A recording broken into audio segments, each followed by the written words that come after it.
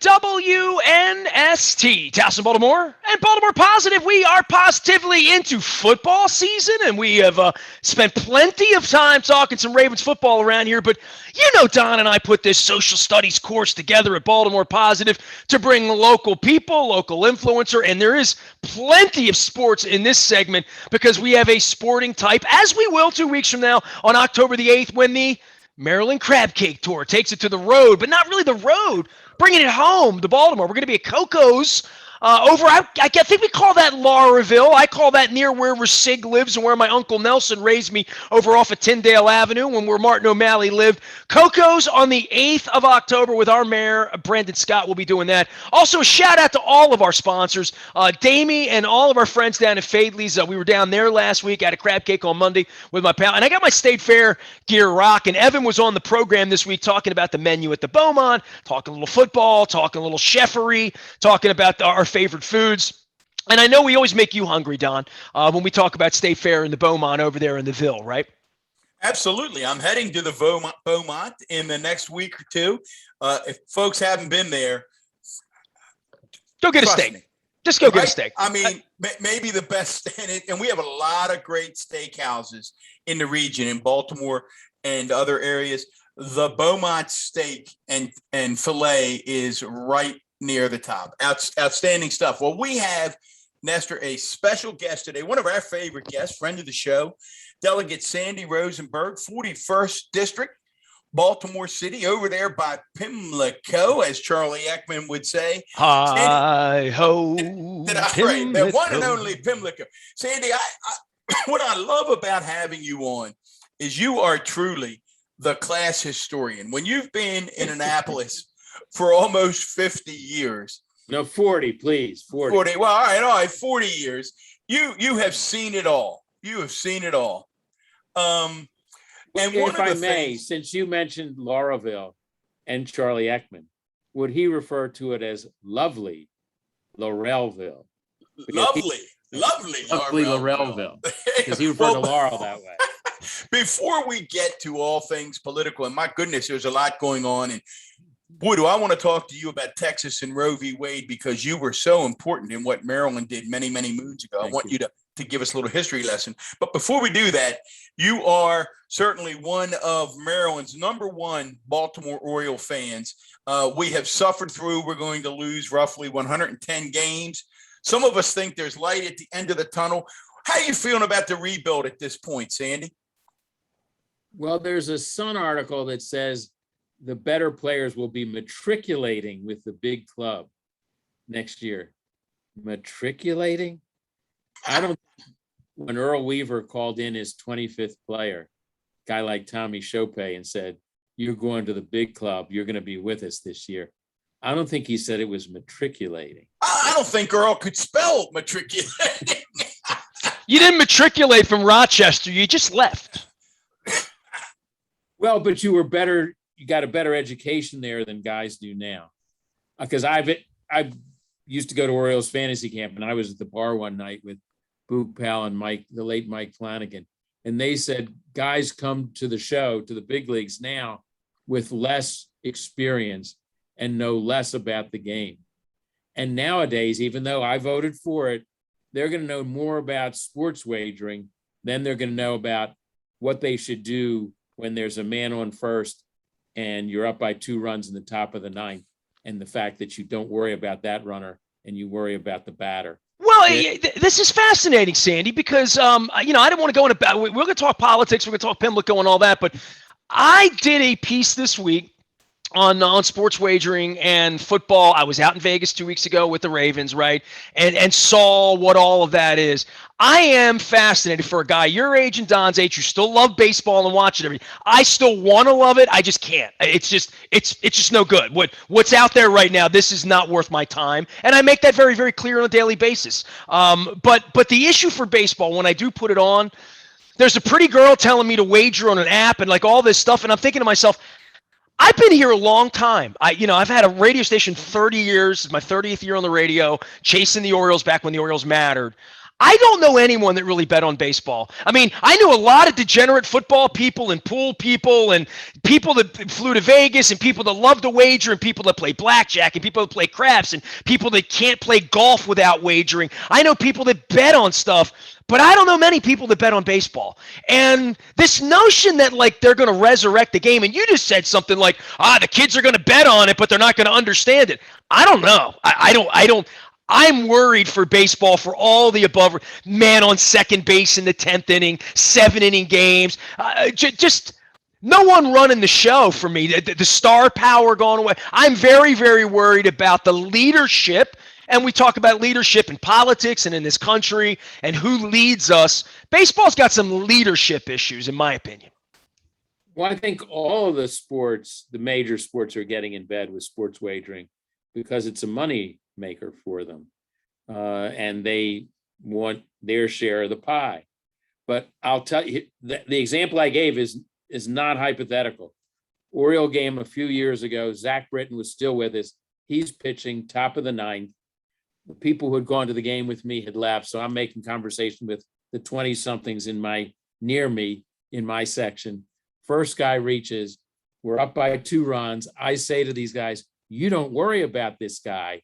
He can score. You want to keep the batter at first base, keep the double play in order. If there's a ball hit to the outfield, oh no, they said. They didn't say it, but then I realized that run mattered for their bet. Okay, and this is before it was legal in Maryland.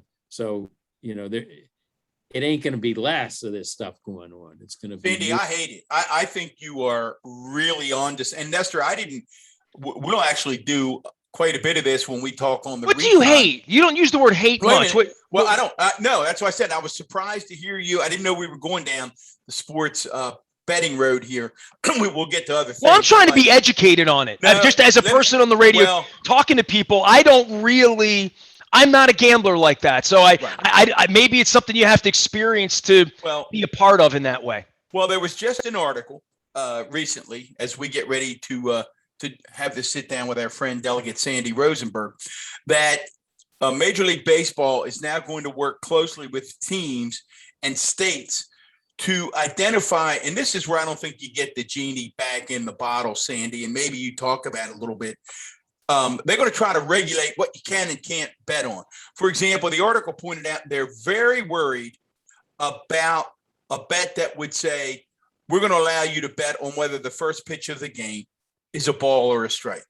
They find that, and I'll tell you what I found intriguing about their concern. I thought it was like, really? We're going to, they said, well, there's an awful lot of opportunity there for an individual to be corrupted or be tempted. And my take is, and Sandy, that would have been a tough vote for me.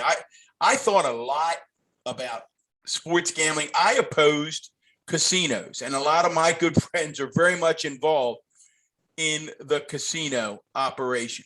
I know for Governor O'Malley, it was a matter of principle for him. And I always thought there are certain times I thought in Governor O'Malley where you could really see his sort of religious upbringing rear its head. And I think Martin would agree with that. And he couldn't get past. Saw it on death penalty.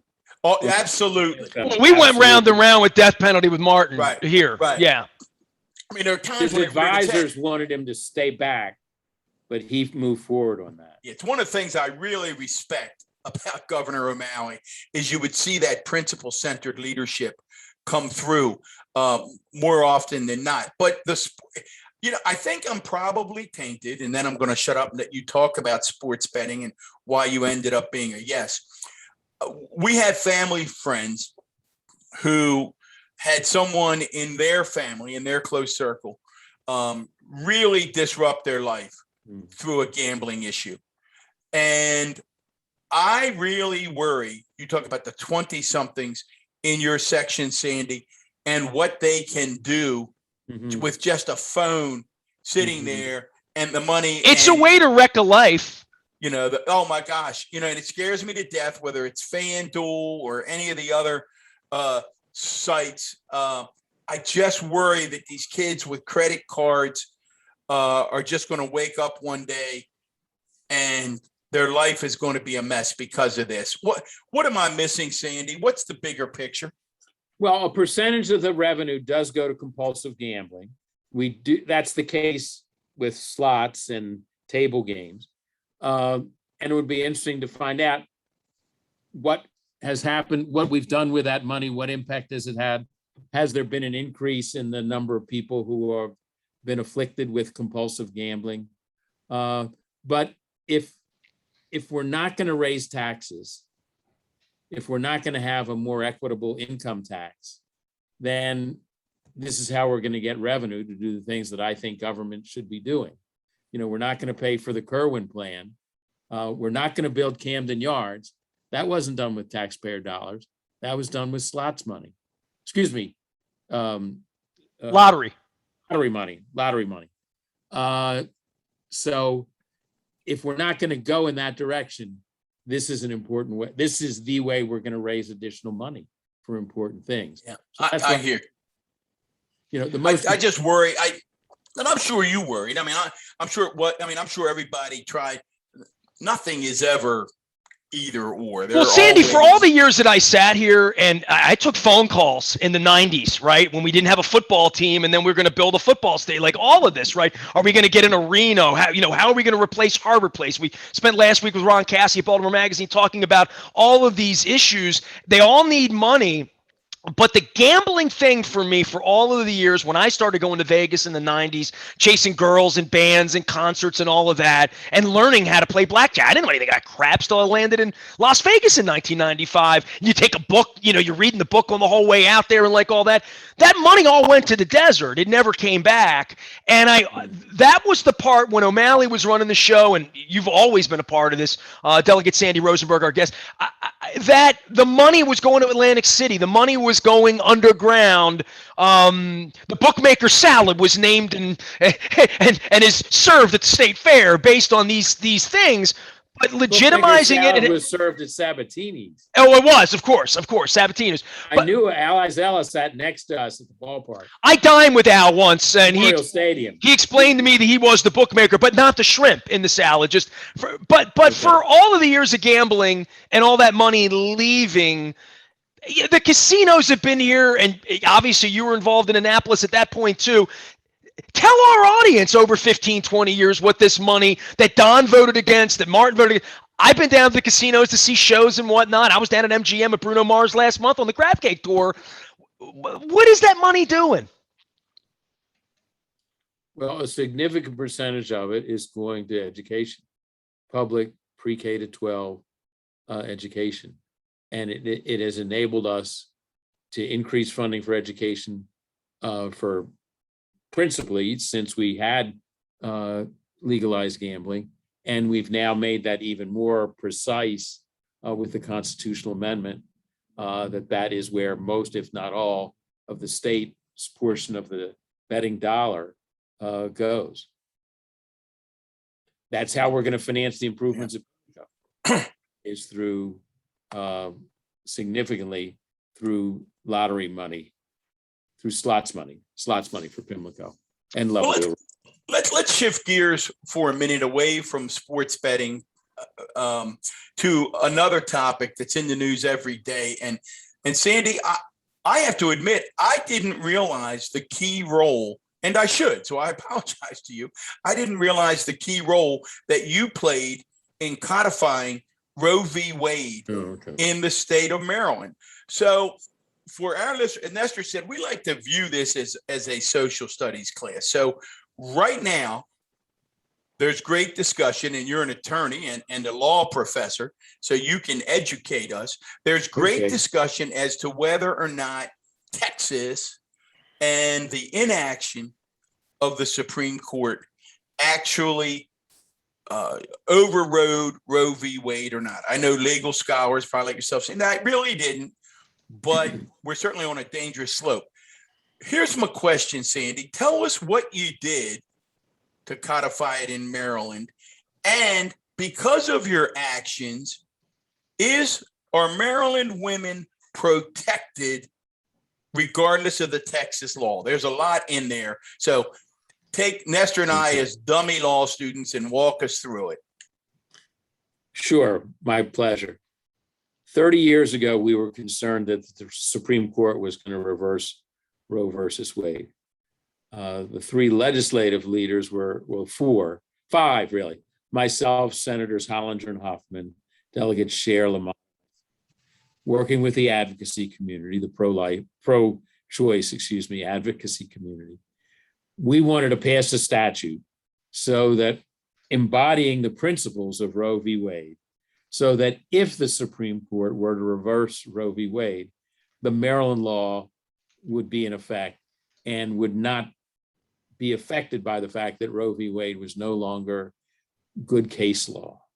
The three justices got together and saved Roe. So what we did turned out not to be essential then, but we passed a bill. It took us 2 sessions, because the first session, when it came to the floor in 1990, there was a hellacious filibuster in the Senate. Bill died.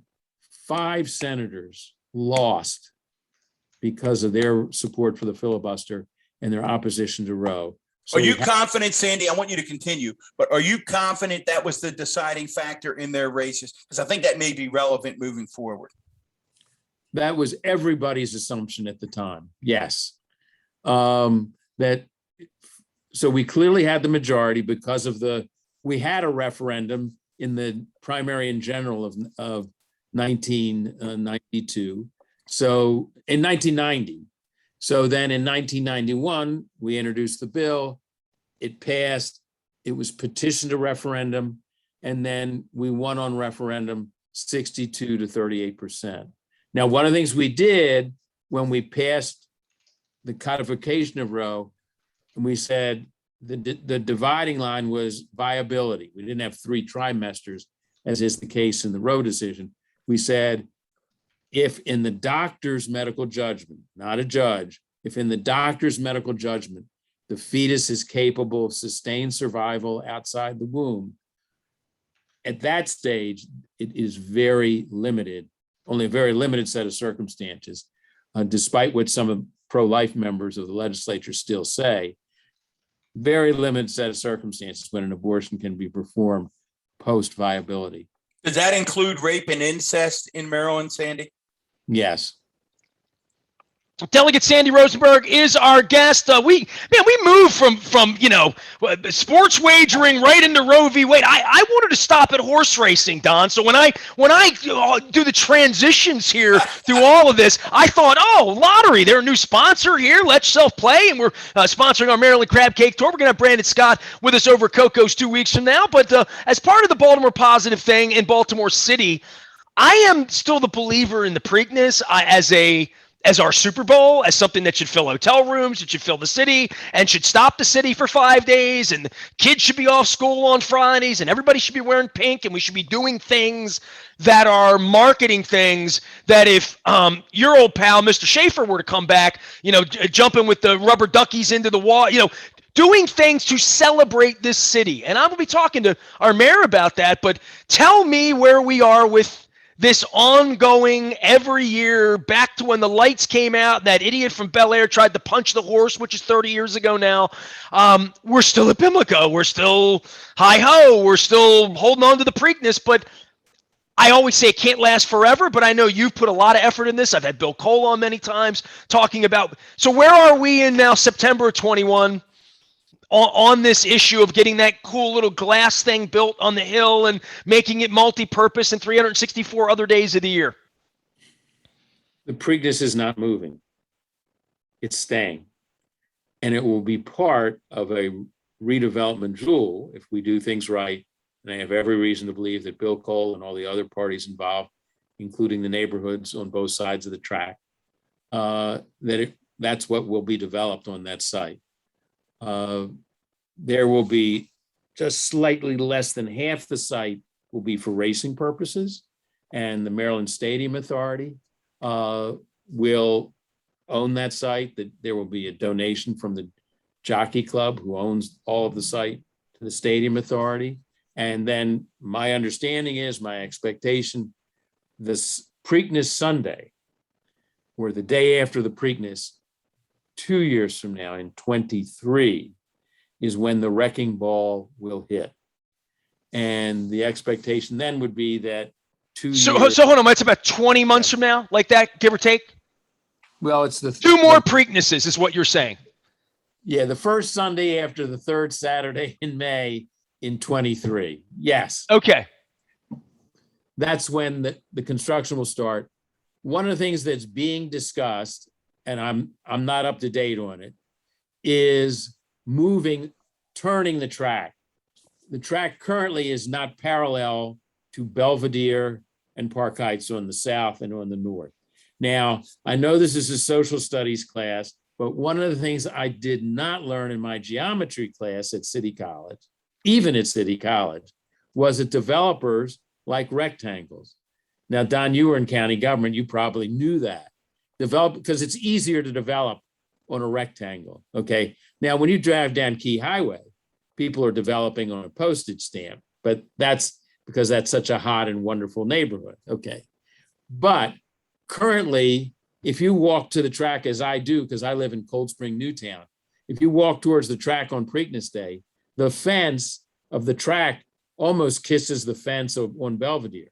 So you would have if you kept the same track, you would have a much smaller sites for development on the south side. So one of the things being discussed is turning the track so it's parallel to both Belvedere and Northern Parkway.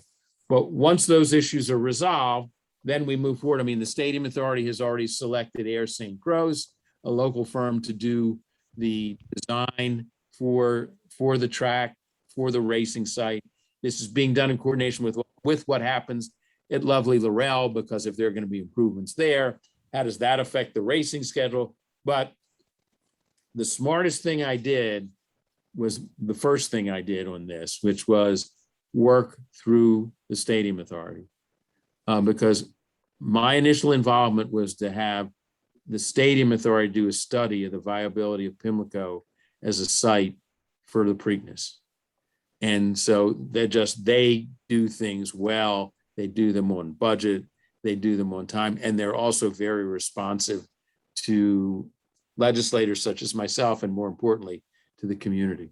Delegate Sandy Rosenberg is our guest, along with former Baltimore County Executive Don Moeller and Baltimore Positive. You know, as an adjunct to that, and Don, you can speak to this as well because you were out at Caves Valley, and I know you like to talk about the success of the golf event a couple of weeks ago.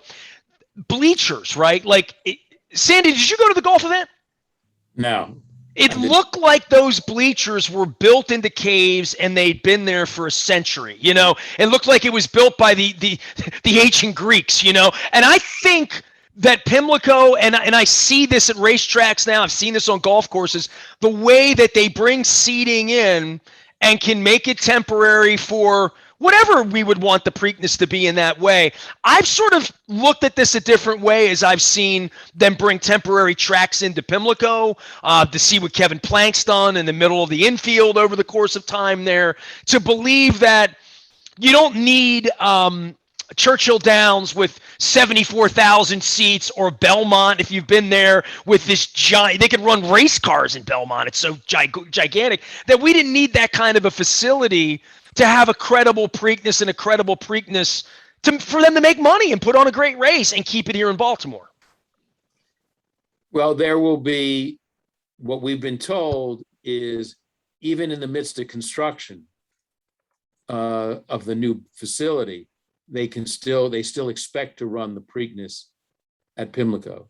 So the construction, if the ball hits on the 23rd of Preakness Sunday of 2023, and construction will take you, won't be done until Preakness Day or before Preakness Day in 2025, the Preakness can still be held at Pimlico and not move to Lovely Laurel in 24, because you'll be able to have this temporary seating that will be worthy of the Preakness.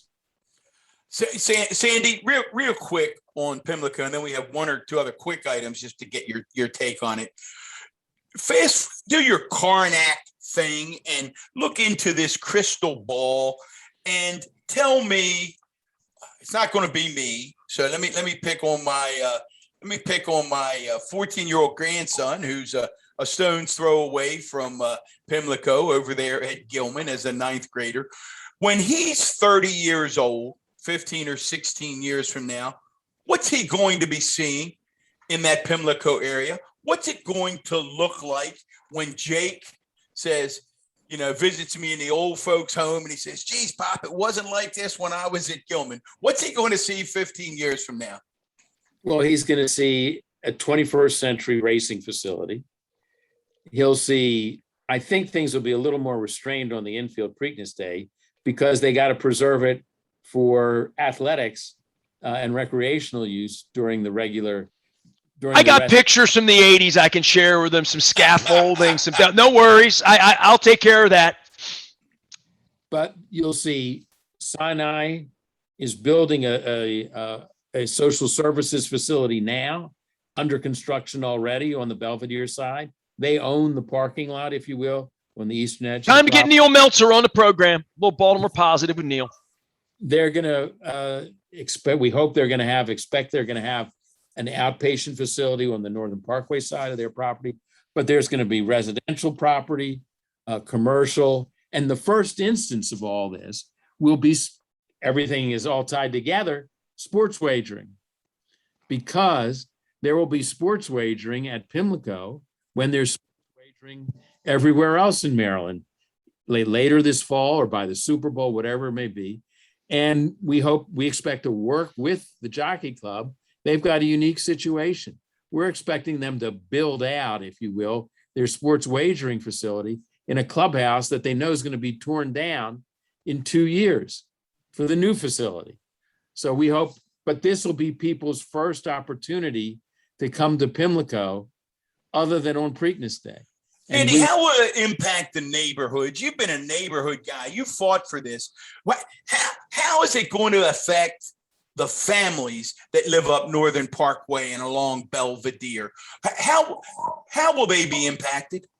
Well, they will have input because working with Bill Cole and with Mayor Young, there is a neighborhood compact that meets on a monthly basis with all the parties involved to discuss issues so that we're not presented with a fait accompli, so that we have involvement above and beyond the involvement that we have on zoning and other uses of the site.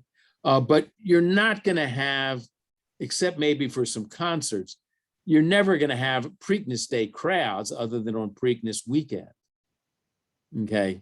So in terms of the disruption, not that significant, but we want to make it an asset and have it, an attraction and for everybody on all sides.